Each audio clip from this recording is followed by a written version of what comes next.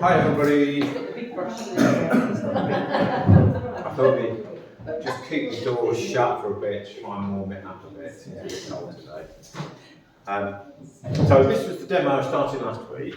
The theme being, same theme, looking towards the light, or contra shirt, use that. And again, there's a few images in this folder if anybody wants to send photos and colour books. So so that bit is kind of pretty much how it was last week, and then I've started to just build the second layer. So it's oil on canvas, white canvas, and the first layer was really just to get rid of the white in places so that it's not too bright. This guy, the other idea was, or theme I wanted to talk about was like brushwork and brush sizes. Bigger, encourage a little bit. It's not very big. No, it's not. It's not a bigger one. I have. I want to see you. I want to see it going home. Yeah.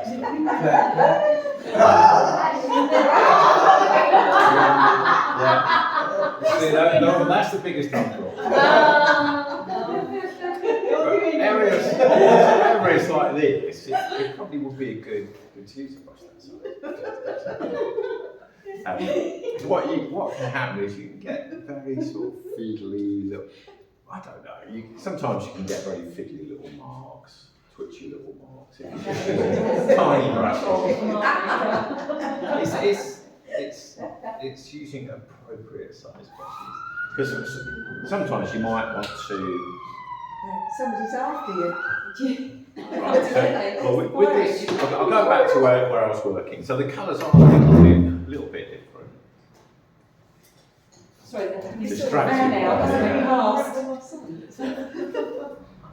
So this area here, I'm going to keep it a little bit more orange than it is in the image. And let's just tone it down a tiny. So I mixed an orange, just a tiny bit of brown, just to stop it being too bright. I find that working on canvas, it's quite a rough surface, so I tend to use a little bit of medium. So with these are the water mixable oils, and the same would apply to acrylics. You could thin them just with water, but it tends to weaken the paint, and you'll find that very soon you'll get cracks if you use just water with water mixable oils. So the idea is sort of use something along with if you're using traditional oils, you've got your solvent, you can add a little bit of oil to it, and then you've got a nice medium mixed up there. So yeah, just want to work that in a little bit into the background there where I've got a mark, and a little bit on this side, so it's going to stay up, like that. So it's working background to foreground, just getting some colour and tone in place. That could probably go a tiny bit lighter. I'll add a little bit of white to that, a tiny bit of medium, just a bit of water because that's a bit too gloopy. So it's just a way of helping the paint to flow. Also, what I can get is a little bit of transparency showing through, so it's a bit like a watercolour, but it's not completely opaque. So some of this nice kind of glow from the white canvas is allowed to show through. So that's my intention there. Let's put a little bit of that in there. A little bit. That's got a little bit of white in that, so it's slightly milky. So that's that bit. It's also nice if you want to blend colours. You can paint. I can probably work. This paint is still a little bit wet from last week because it's been in the portfolio, so it's not dried at all since Thursday. So the nice thing about that is I can still keep working it. I can still work into the paint that I've got there. So yeah, a little bit on bigger brushes. I'll just do a bit on a bit forward here. So I'll just swap that over. So yeah, I find that maybe I'll do that in a minute. Sort of areas like this is quite a big area. So that's somewhere where it would be more appropriate to use a slightly bigger brush, perhaps something like that or something like that. Just thin the paint a little bit, and I've mixed it dark, and again a little bit of medium mixed with this. yeah, again, I can still see some of the canvas through, which is quite nice. But it's a way of just softening out the brushwork. What you find with canvas, as opposed to a very flat board, is you can lose the brush marks if you want to.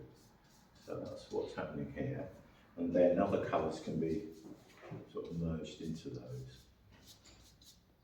So trying to get a sense of like textures and grasses and things like that. Do a bit more of that. You know, just a big brush just starts, starts to give that impression of grasses. And then at the other extreme, you've got these lovely little riggers, which I quite like. These little tiny brushes. These are great for things like details like the working into the grasses, for instance. I'll make that a little bit thinner. That's going to show up. Yeah, and get some nice sort of thin marks like that. I may not exactly want them there, but that's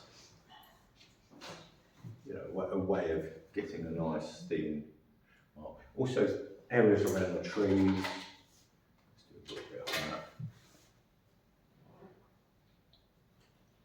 It could be sort of tree trunks and branches and twigs. I do find with these, and particularly when you've got a textured surface like this, you do have to thin the paint quite a bit, otherwise it looks very, very dry and grainy, sort of dry brush. So just to get it to flow, I'll thin the paint like that, get a nice thin marks.